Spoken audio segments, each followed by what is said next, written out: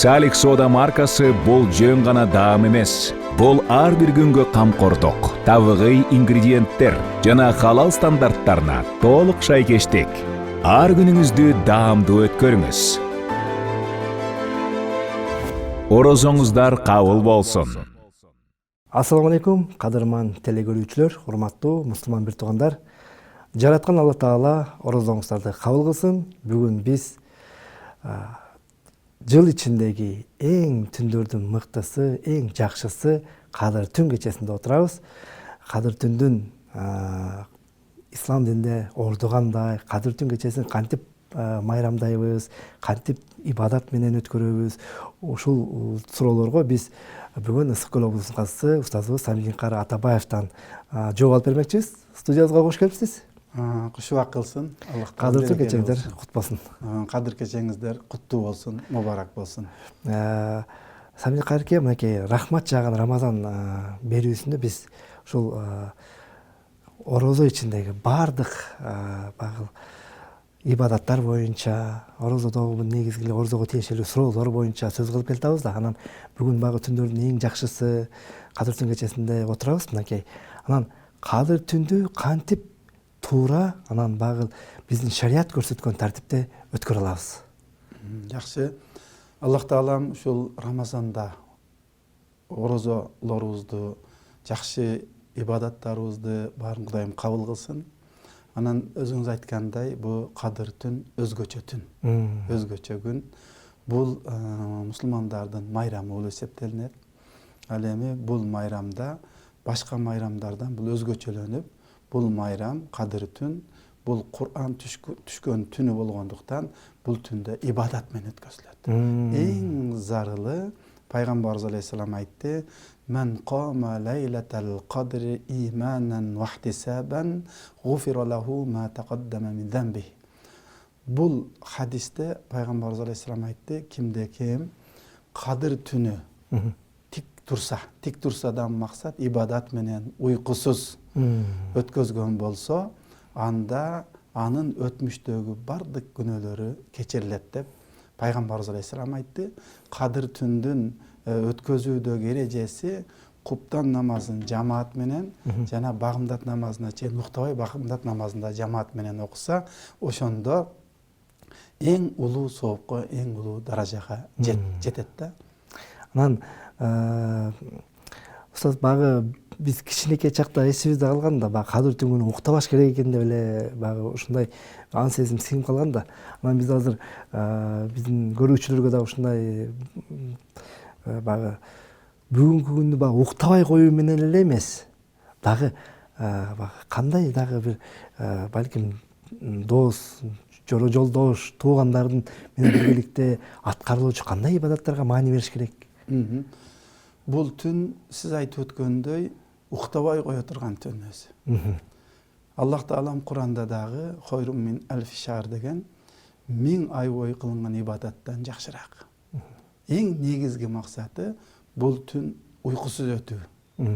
Эми сиз айткандай уйкусуз өткөндө бул эптеп эле уктабай эле отуруп, ичип, жеп, жамбаштап, кино көрүп, балким анекдот айтышып, каткырып күлүп отуруп эмес, бул ибадат түнү. Себеби 1000 ай бою кылынган ибадаттан дагы жакшыраак деп атпайбы? Мынакей. Максат бул жерде ибадатта.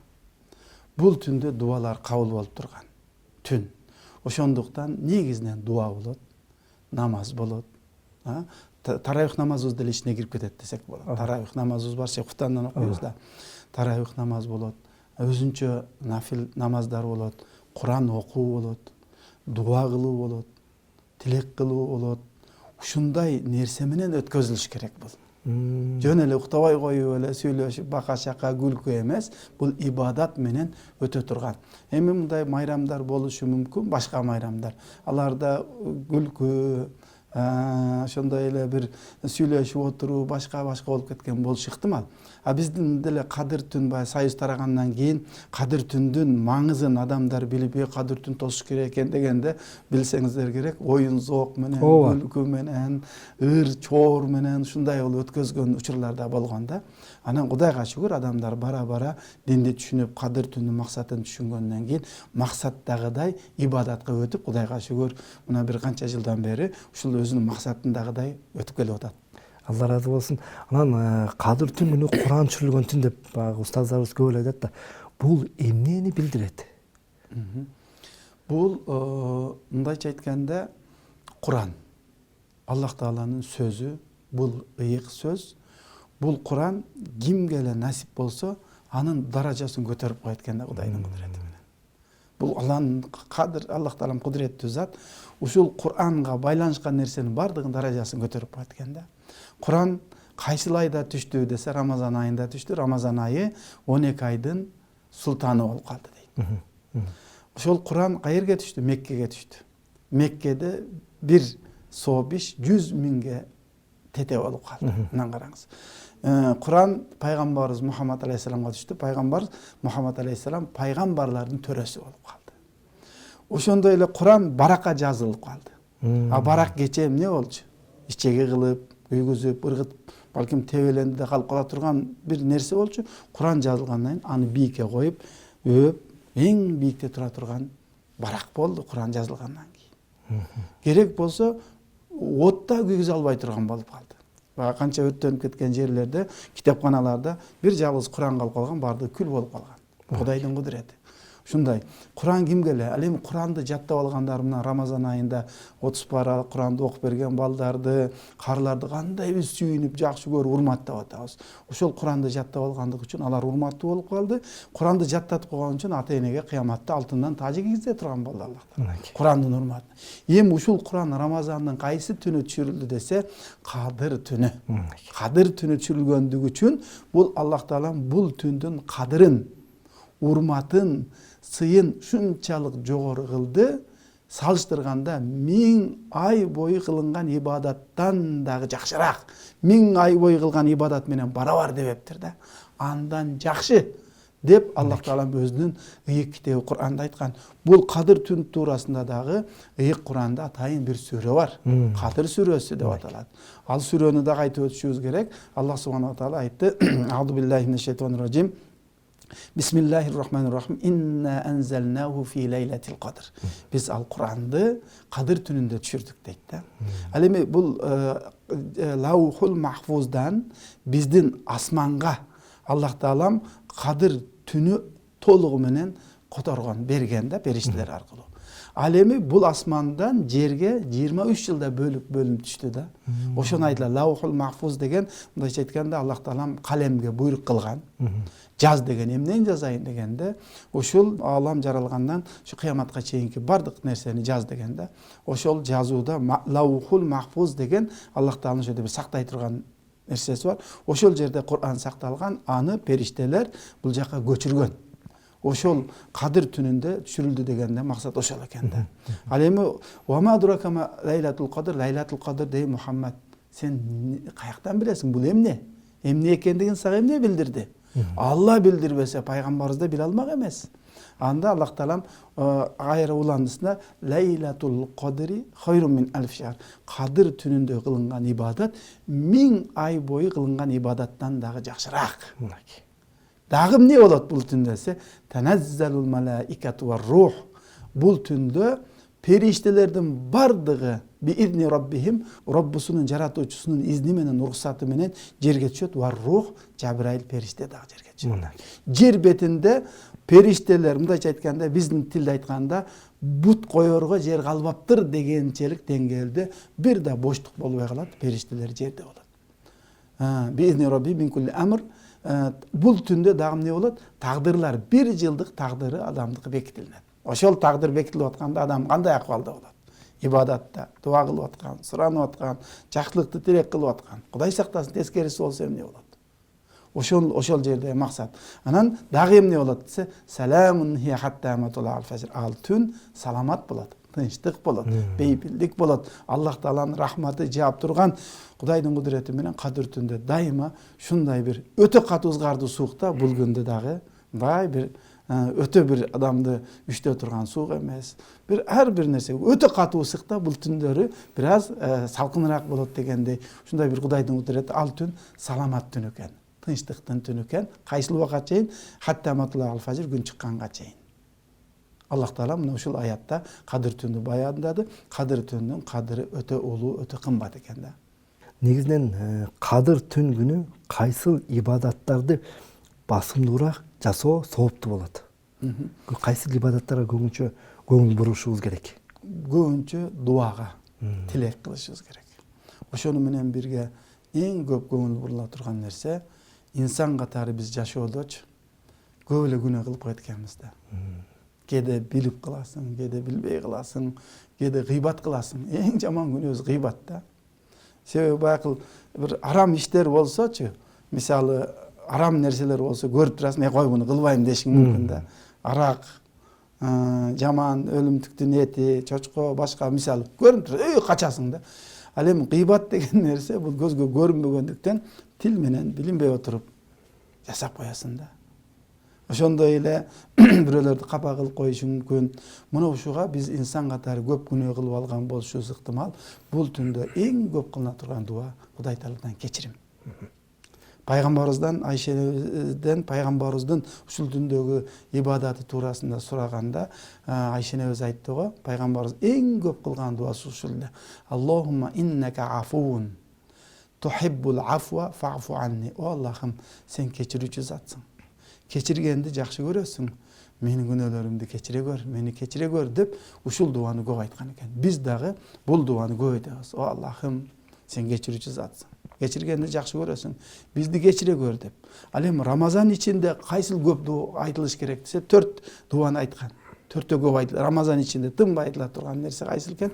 Биринчиси биз не кылабыз? Ла илаха иллаллах дуасын тахлилди көп айтышыбыз керек. Истигфар экинчиси, үчүнчүсү жаннат бейишке киргизүүсүн суроо, төртүнчүсү дозоктон кутулууну. Ошондуктан биз 4 рекет таравих намаз окугандан кийин ортодо тасбих айтканда ла илаха иллаллах, настагфируллах, насалукал жанна ва наъуду бика минан нар. Ла илаха иллаллах айтабыз. Настагфируллах, сенден биз кечирим сурайбыз дейбиз. Насалукал жанна, Кудай Таалам бизди жаннатка киргиз дейбиз. Ва наъуду бика минан нар, Аллах Таалам дозок отунан өзүң сакта деп ушул 4 дуа өтө көп айтылат турган. Ал эми кадыр түндө болсо, Аллахумма иннека афуун, азыркы биз айткан дуа айтылат турган, эң көп кайталанат турган ушул дуа. Негизинен кадыр түн күнү багы тахажжуд намазында окуса болобу? Кадыр түнүндө биз айтып өткөндөй дуа, тилек, намаз, ибадаттарда. Демек, бул жерде бир учурда туруп, адам чын эми кечке дуа кыла берип, инсан катар, инсан өзү бир зеригип кала турган, тажай турган бир Аллах Тааланын бир берген бир инсандык сыпат бар да. Бир нерсенин аркасынан отура берсе, кээ бир адам көбүрөөк, кээ бир адам азыраак кылып эле тажап калышы мүмкүн, зеригип калышы мүмкүн. Анда намазга турсун. Кечке эле түнү менен намаз окуй бере албайт адам. Анда намаздан чарчаган болсо, Куран окусун. Курандан чарчаган болсо, дуа кылсын. Ушундай нерселер менен бул кадыр түндү тосуш керек адамдар.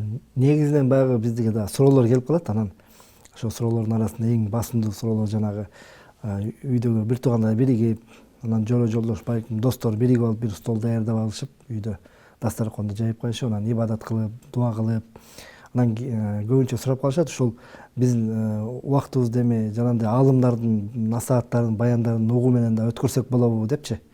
Ушуга кандай дейт элеңиз? Өзү негизи максат ар бир адам бул түндө ибадат кылыш керек эле. Бирок адамдарга туура жолду көргөзүүчү, багыттоочу адамдар болуш керек да. Бардык эле адам коомубузда кадыр түндүн өзүнүн эрежесинде өткөзөт, ошондой билет деп айта албайбыз да. Билбеши мүмкүн, эмне кылсам экен, тиги уйку калтырып коюшу мүмкүн, уктап калышы мүмкүн, жалгыз отуруп. Ошол себептен балким мечиттерде чоң мүмкүнчүлүктөр түзүлгөн. Мечиттерде аалымдар баян кылат, өзүнчө ал жерде атайын программа кылып алып, бирде намаз окуйт, бирде баян кылат, бирде дуа кылат, бирде жакшы сөздөр сүйлөшүп, ушуну менен баягы адам ибадат менен өткөзөт да. Анан өзү жалгыз отуруп калса, көп эле адамдар ошондой уктабай шариат эрежесин өткөзүшү да мүмкүн, уктап да калышы мүмкүн да. Пайгамбарыбыз алейхисаламдын хадисин айткым келип калды. Пайгамбарыбыз атакум рамазан шахрун мубарак. Силерге берекенин айы болгон Рамазан айы келди. Бул айда асман эшиктери ачылат, тозок эшиктери жабылат, шайтандар кишенделет. Аллах таала морозону фарз кылды. Жана бул айда бир түн болуп, ал түндө кылынган ибадат 1000 айдан жакшыраак болуп, кимде-ким бунун жакшылыгынан куру калса, бардык жакшылыктан куру калыптыр деген да. Көрдүңүзбү? Ошол себептен бул куру кала турган күн эмес да. Кармап кала турган күндө, кармап кала турган түн.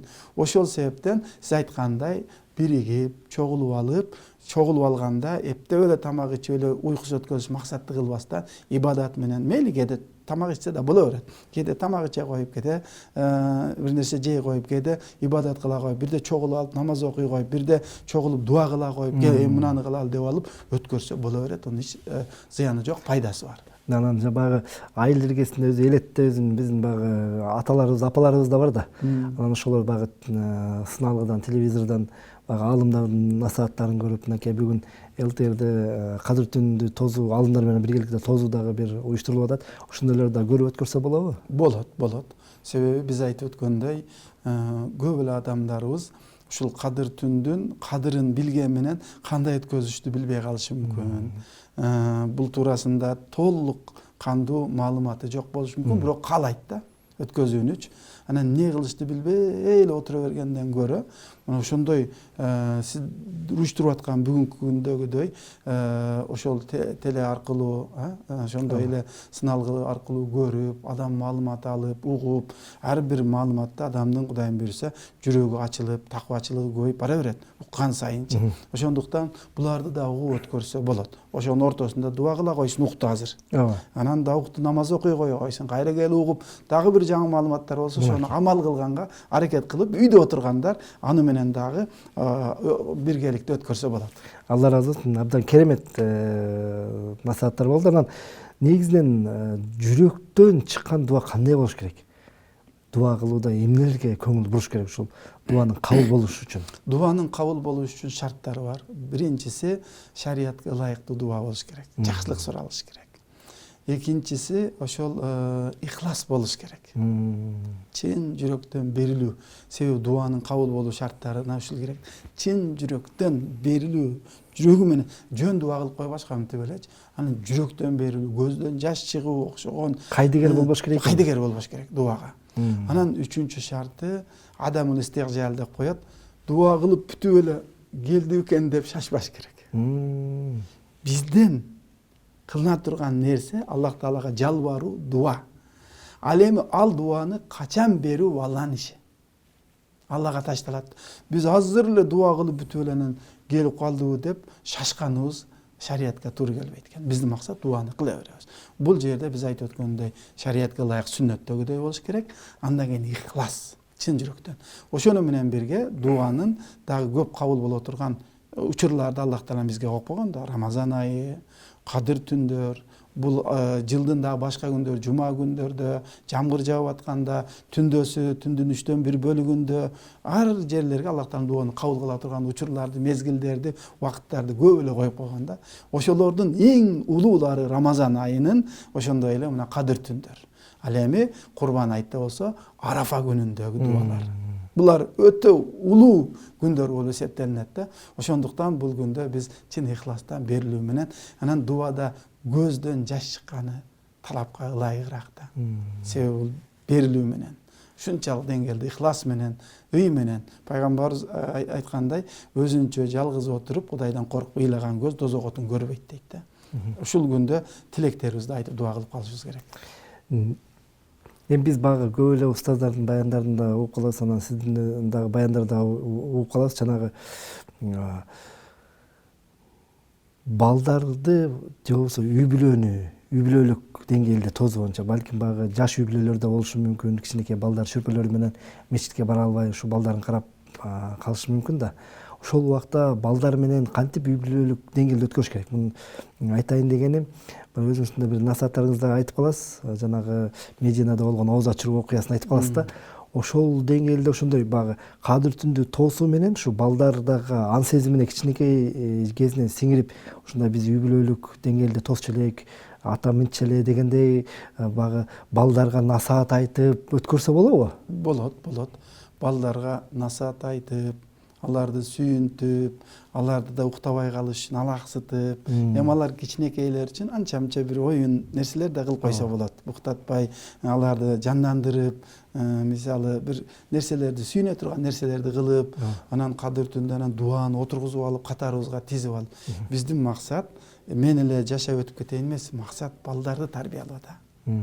Бул дүйнөгө келдим, жашадым, ичтим, жедим, ойнодум, күлдүм, кеттим эмес да. Аркага эмнени калтырып кеттим да. Кандай нерсе калтырып кеттим да.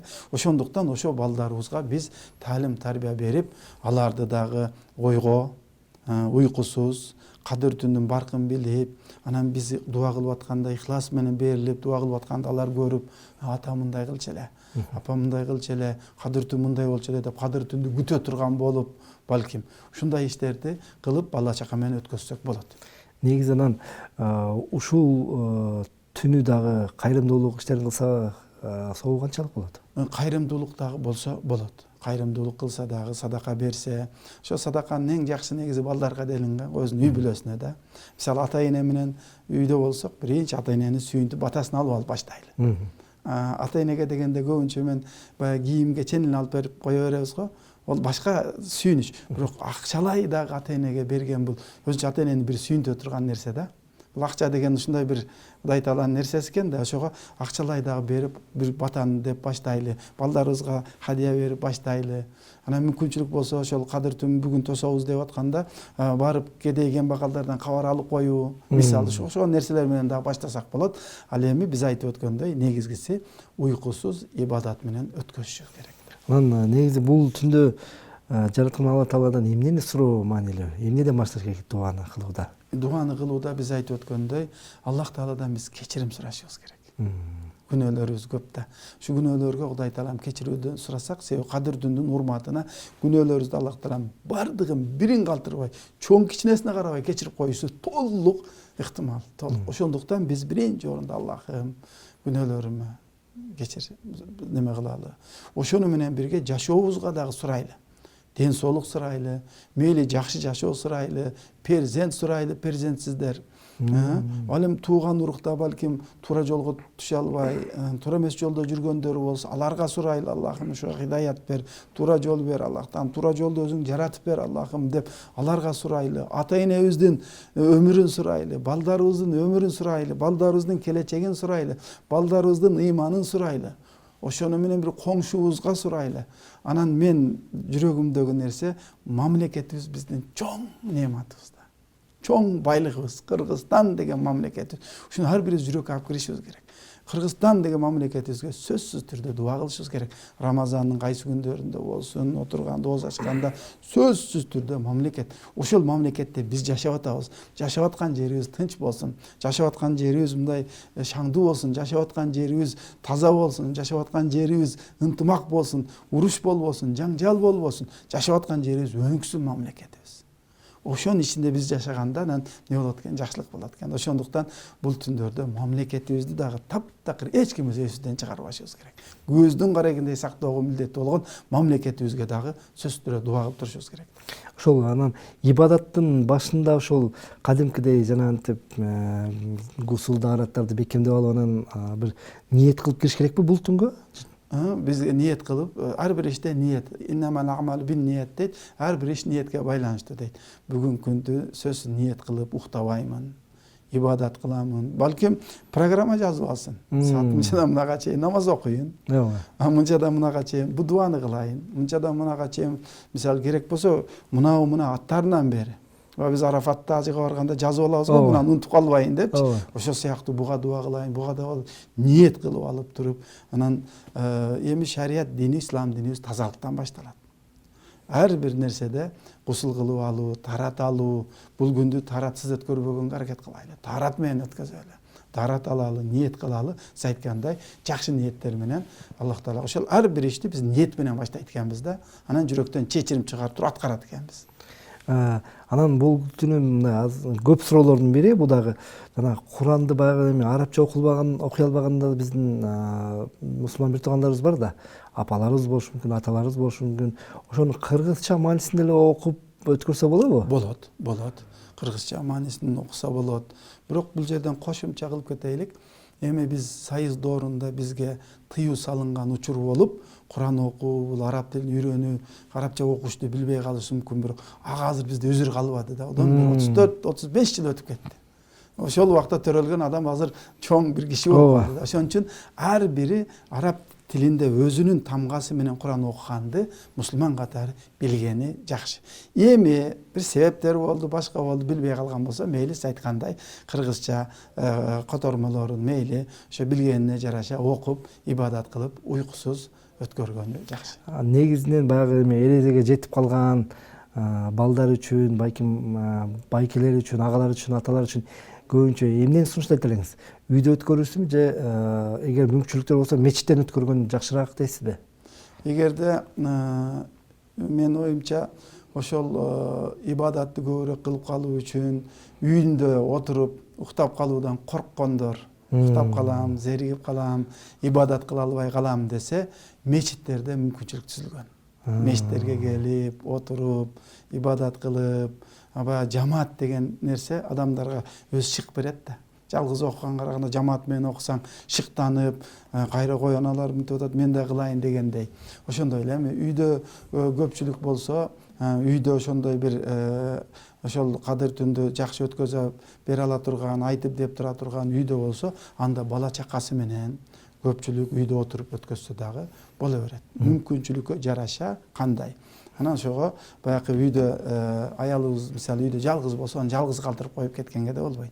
Анын жанында да бирөө болуш керек. Ошондой бир бардык шарттарыбызды карап туруп, татынакай кылып өткөзүп алышыбыз керек да. Эми бүгүн кадыр түн кечеси мынакей баягы сиз биздин көрүүчүлөргө эмне деп кеңеш берет элеңиз эфирдин соңунда? Эфирдин соңунда урматтуу көрүүчүлөр, бүгүнкү түн биз айтып өткөндөй 1000 ай бою кылынган ибадаттан жакшыраак деп Аллах Таалам жана пайгамбарыбыз өзүнүн Куран хадистерде айткандай, ошол өтмүштө пайгамбарлардын Закария алейхиссалам, Аюб алейхиссаламдардын 80 жыл бою, 1000 ай бою көз ирмемсиз да Аллах Тааладан алыстабай дуа, тилек, ибадат кылып койгонун пайгамбарыбызга көргөзүлгөндө, пайгамбарыбыз менин үммөтүм өмүрү кыска да деп ибадат аз болуп калат экен деп үммөтүнө өкүнүп кеткен да. Ошондо Аллах Таалам ушул түндү, ушул күндү бизге Аллах Таалам белек кылып берген. Ушул түндө биз дуа, тилек, ибадат менен, жакшылык менен өткөрөлү. Пайгамбарыбыз хадисинде айтып өтөлү, кимде ким бунун жакшылыгынан куру калса, бардык жакшылыктардан куру калыптыр дейт. Бүгүнкү күн куру калтыра турган күн эмес да. Ушу куру калтырбайлы, барыбыз мындайча айтканда чыйралалы, бүгүн даярданалы, бүгүн ушул түнүбүздү уйкусуз ошо шариатта айтылгандай өзүнө ылайык кылып өткөзүп алууну Кудай Таалам баарыбызга насип кылсын деп дуа тилек кылам. Сизге жараткан Алла Таала өзү ыраазы болсун. Кармандын оразаңыз да кабыл болсун. Ысык көл жүргөстөн бери келип бердиңиз. Эфирибиз үчүн терең ыраазычылык билдиребиз. Сиздин дагы бул түндө жасаган бардык чын жүрөктөн чыккан ниеттериңиздин бардыгы тең кабыл болсун. Амин. Урматтуу телекөрүүчүлөр, биз рахмат жаган Рамазан берүүсүндө кадыр түндү кантип туура тосуу керек темасында сөз кылдык. Аны мен Максат Атабаев алып бардым. Эмесе урматтуу телекөрүүчүлөр, бүгүн ЛТР телеканалында кадыр түн кечеси таң атканга чейин болмокчу. Андыктан өткөрүп жибербеңиздер. Кийинки эфирлерден көрүшкөнчө мен сиздер менен коштошом. Allahu akbar, Allahu akbar. Allahu akbar,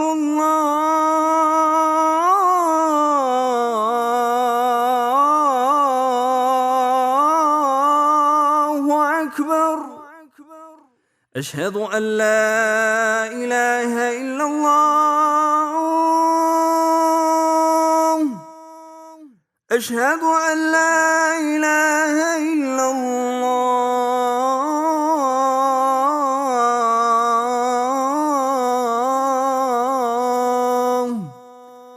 أشهد أن محمد رسول الله أشهد أن محمد رسول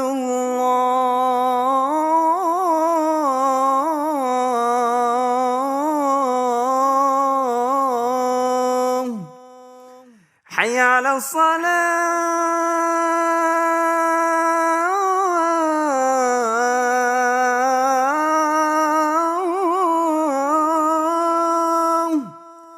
حي على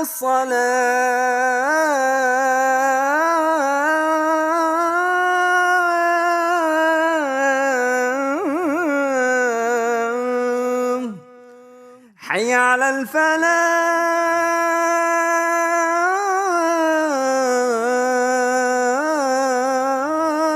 الفلاح حي على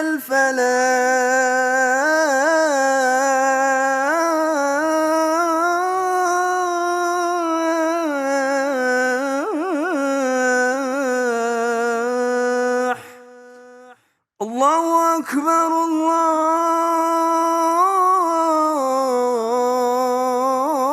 الله أكبر لا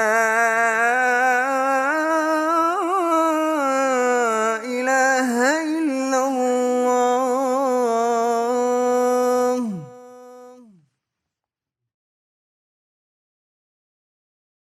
Салих накта дам чөбөлөрү. Салих компаниясы Кыргызстан мусулмандарынын дин башкармалыгынын адал сертификатына ээ болгон мекеме. Салих компаниясы элибизге адал азык тартуулайт.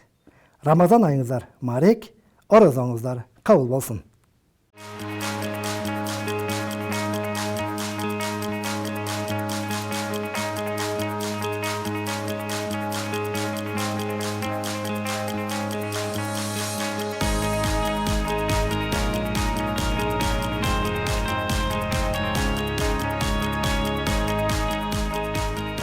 Салих Сода маркасы Кыргызстандагы эт өнөр жайынын лидери.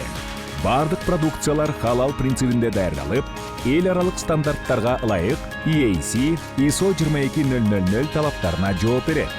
Салих Сода маркасы сапаттуу продукцияларды өндүрөт. Колбаса азыктары, эттен жасалган деликатес, сэндвичтер, хот-догдор жана бургерлер